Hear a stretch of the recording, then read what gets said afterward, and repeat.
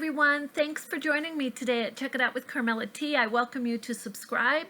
So you have stitches coming out too large or too small on your crochet project. Now, the reason this is important is you could be following the pattern perfectly. You could be counting your stitches, you're using the correct stitches, and you're turning at the end of your row, or you're trying to make a bowl or a circle and you're increasing and decreasing appropriately and it's still not coming out right. Simple.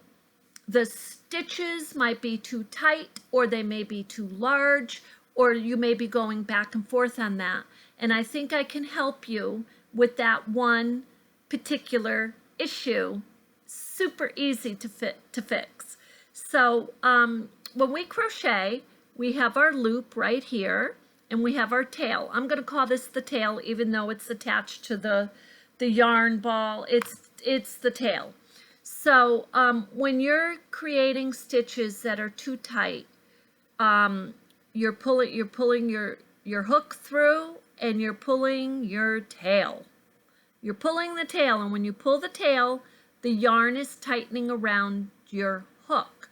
And then you go through and you're like, oh man, I can't even pull that through. You're like this, trying to pull it through. It is difficult to pull through because you keep pulling on the tail, which you don't realize. So that's the number one issue with making the stitches too tight. Okay, and there's other factors too. I mean, you could be using a small hook with a very thick type of yarn. That's another factor, and you could be doing everything perfectly. You need to probably try a bigger hook. So always try your hooks. But I tell you primarily, this is a very common one where the crocheter is going through and they're like, oh, that looks great, and they're pulling the tail and making it nice and neat, and all of a sudden it's too tight. Now, if it's too loose, a very common, and you guessed it, issue is you're pulling your loop way up. And then you're bringing your yarn up, you're pulling through, and you're going up again. And that's creating very big loops. And of course, I'm exaggerating to show you, but you might just be pulling that up too far. So those are the two primary issues in the technicality of crocheting that may be occurring. And like I said, the other thing may be happening is you have a very thick yarn, and you're using a very tiny hook, like an I or a J, and that really can't carry a thick yarn, that size hook. Now I want to show you a couple of projects that I've been working on to give you an example. I made some washcloths for a gift, so I made these two.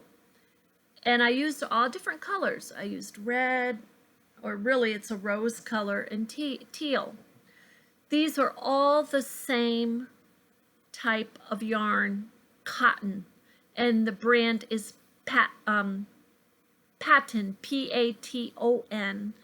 And these are what I use. This is, I use the J hook for the snug, but I want it open a little because it's a washcloth, but I didn't want it open so much as the next project I made is a dish towel to match these washcloths.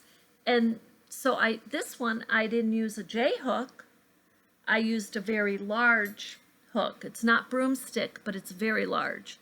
So this is my J next to the large. So you see the difference.